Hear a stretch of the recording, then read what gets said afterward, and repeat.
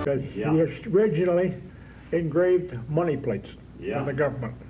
But I remember Charlie Jarrett, who was Al Krause's one of his best friends, mentioning how when Al tried to come up here from Syracuse, he came, I guess, in the middle of the winter and got snowed in 2 or 3 times along the way. But as I mentioned, its engraving was extremely demanding, close work. And for relaxation, the company would pick him up in their limo or whatever it was and pack a lunch, and they would take him out into the various areas of this countryside close there, and he did a lot of paintings, a lot of landscapes and things, and he occasionally would do dogs.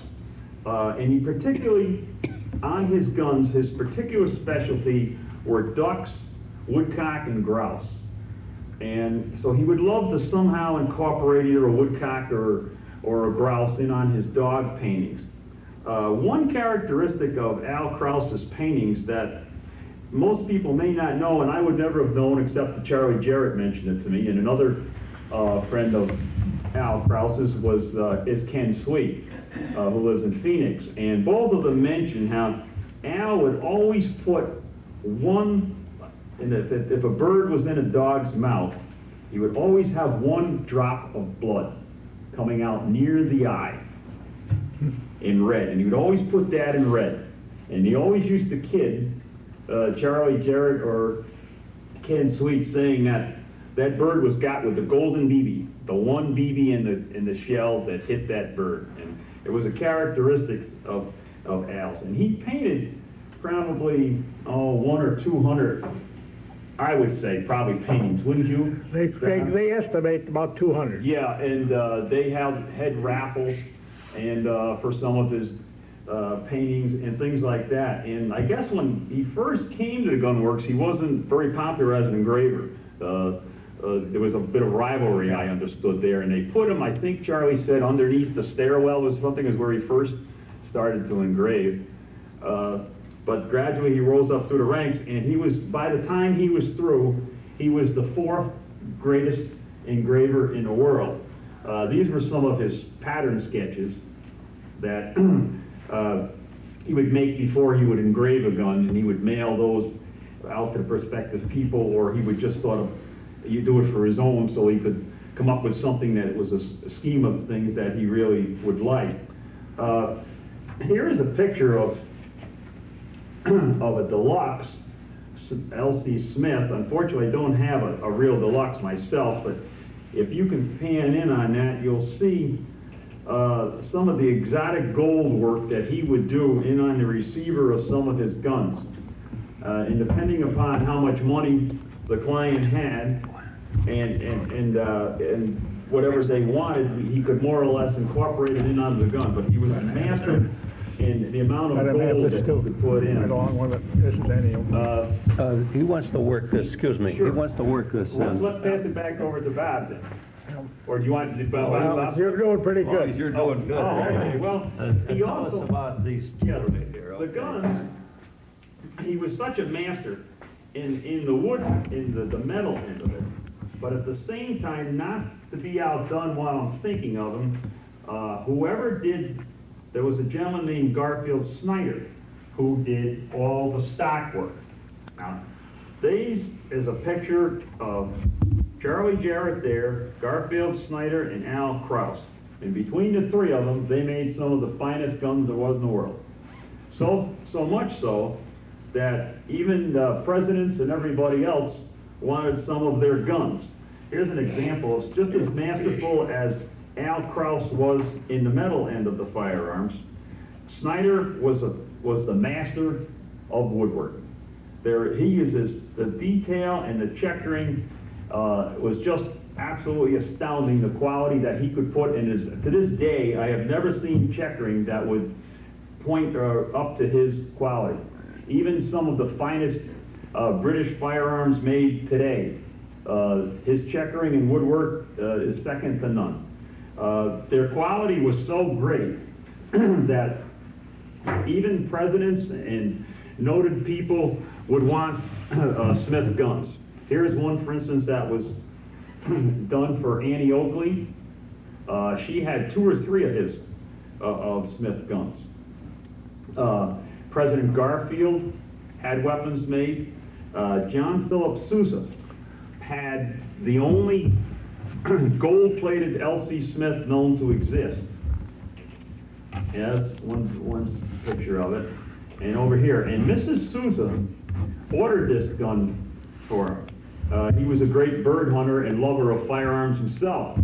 But he had the gun 6 months, and she wrote back to the company saying that my husband loves the gun so much, and it is so beautiful that he's afraid to carry it in the field.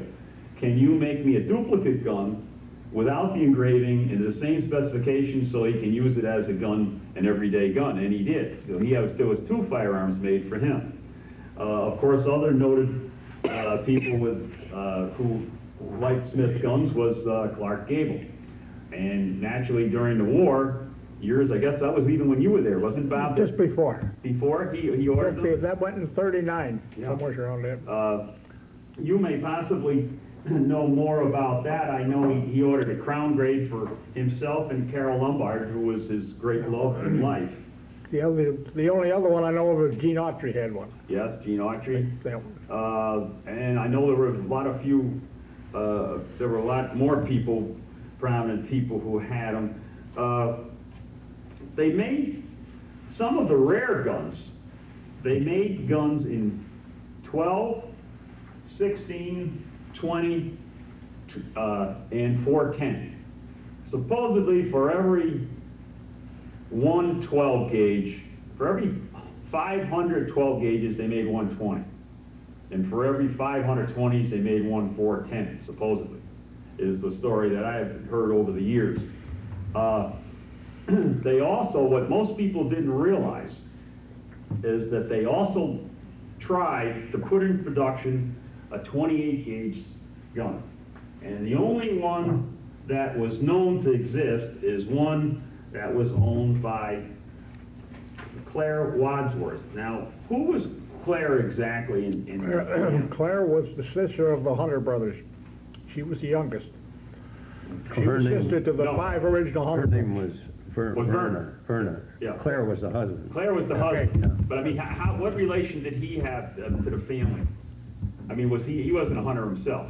No, she was. Yeah, Mrs. she was. Yeah, She was a hunter. But somehow he had the only 28 gauge Smith ever made. And here's 2 photographs of the gun which I obtained from Verna, probably when she was around 98 or 99 years old. And that is a one-of-a-kind gun as far as I know and been able to find from collecting firearms for 40 years. I've never heard of a second one. It's a real rarity among Smith guns, as are the 410s. They were very pretty, cute little gun, but for some reason they never seemed to make very many of them. The Smith gun of its day was not only a thing of beauty, it was a thing that the employees took a great deal of pride in making. And there's so much talk today of guns being bad and evil. Well, in those days, back, a Smith gun was like a knight in shining armor. A family during the Depression could take a low-cost L.C. Smith shotgun and give it to the boy of the family, and he could feed a family of 4 or 5 and without any problem, with rabbits, grouse, or whatever. And almost every store around this area sold Smith guns. As a matter of fact, where we are right now in Volney Center, right across the street where the motel is, was the general store. And an employee of mine, Vince Vance, who is a longtime member, the Vance family has owned a farm here in Volney for many, many years. His father, his grandfather, his father's father, went into that little corner store in 1910, and they sold Smith shotguns in a barrel. And they were stood up there, and they were $15 a piece. And his grandfather purchased one even then, and that's how he fed his family through the whole Depression. It's just a point in today how everybody seems to be poo-pooing firearms. This was an industry in Fulton that everybody was greatly proud of, and they served a very useful purpose. And they made a gun that would last for 100 years. As a matter of fact, this person, Vince Van, still has his grandfather's shotgun and still using it today. And it's a fine tribute to the quality of the firearm that was produced out there for a number of years. There's a lot of different things that the Hunter brothers, they basically were not knowledgeable in the gun collecting, in the gun manufacturing business as such. They were businessmen. And in order to promote their product, they would come out with various advertising gimmicks and different things, and they came out with paperweights and advertising pieces like that thing that Excuse me, you know. Rick, could you show them that little thing on your... They made, among other things, they made, the Hunter brothers tried a trial run of these stick pins.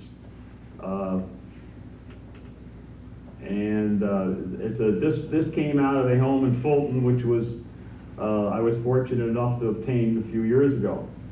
It was stuck in a rack with a bunch of other, in a pin cushion with about 40 or 50 women's hat pins.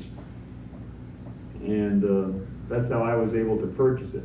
But it says Smith Guns on the front, and it was one of it says Hunter Arms Company on the back, too, Fulton, New York.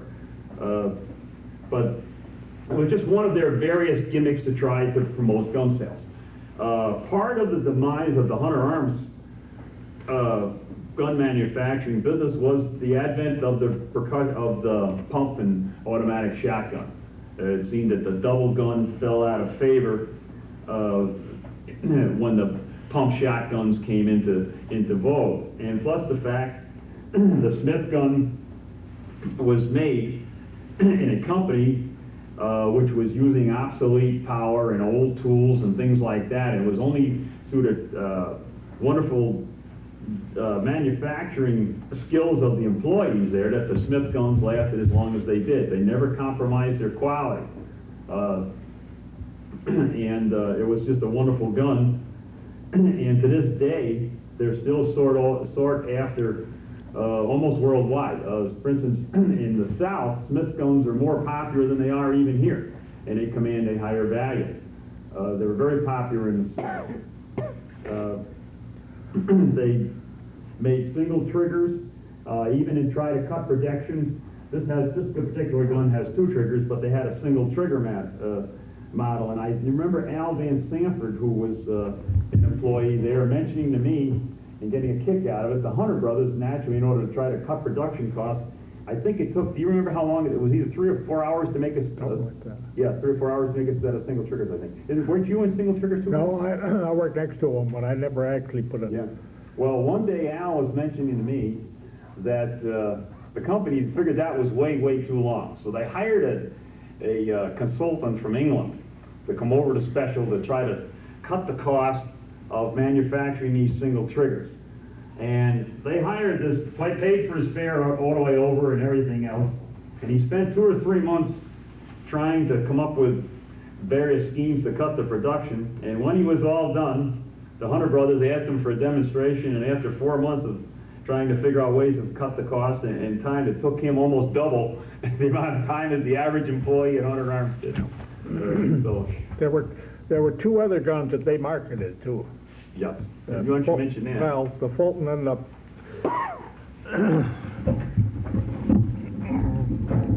Yes, there were 2 other cheaper guns that put on the market. I can't tell you when they exactly started.